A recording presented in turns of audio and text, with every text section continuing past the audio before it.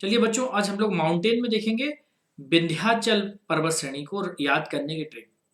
देखो, ये जो विंध्याचल पर्वत श्रेणी है, ठीक है, इसका विस्तार यहाँ बिहार में सहसाराम तक पड़ता है। ठीक है, इसी पर महानेर पर्वत श्रेणी है, विंध्याचल पर्वत श्रेणी पर मालवा का पठार भी है, कैमूर पर्वत है और पारसनाथ है। यहाँ पर जो क्वेश्चन पूछा जाता है, यहाँ पर जो क्वेश्चन आता है वो क्रम्स के लिए आता है। क्रम कैसे? क्रम आता है पश्चिम से पूरब का क्रम बता दो। पश्चिम से वो क्वेश्चन पूछते हैं, पश्चिम से पूर्व का क्रम बताओ, तो कैसे बताएंगे? तो ये हो गया आपका ईस्ट, ये है आपका वेस्ट, ये आपका नॉर्थ और ये आपका साउथ। ठीक है, तो आप ये तीन पर्वत श्रेणी है, तो पहले आएगी महानेर, फिर आएगी कैमूर, फिर आएगी पारसनाथ। तो डेटा हमारे पास बहुत ज्यादा होता है, हमको याद नहीं होता है, तो फिर वो उसके लिए ट्रिक क्या है, तो क्रम पूछेंगे क्वेश्चन में पश्चिम से पूरब के लिए। तो अपने जो ट्रिक बनाई है, ठीक है, कि ट्रिक है विंध्याचल का भार भार भार कमर से उठाया नाथ ने।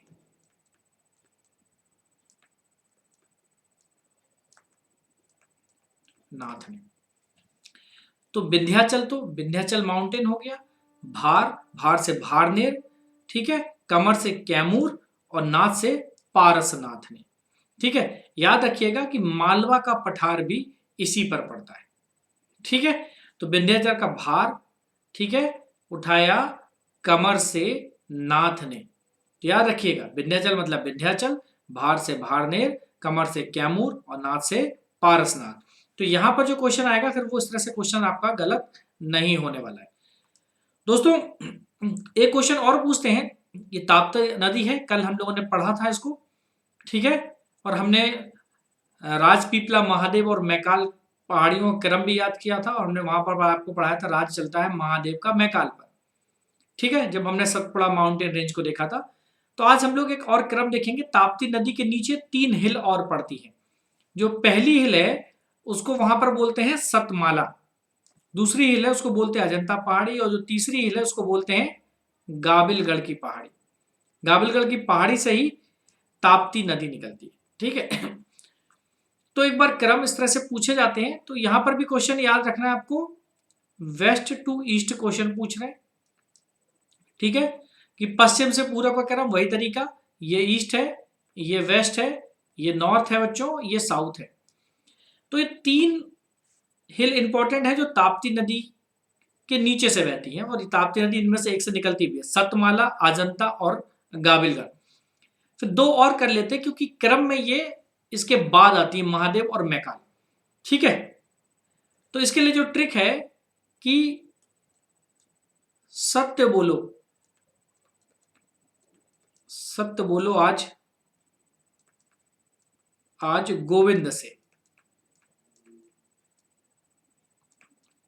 सत्य से सतमाला, आज से अजंता, गोविंद से मतलब गाबिलगढ़ की पहाड़ियां। सत्य बोलो आज गोविंद से। ठीक है, क्यों क्यों बोले सत्य आज गोविंद से?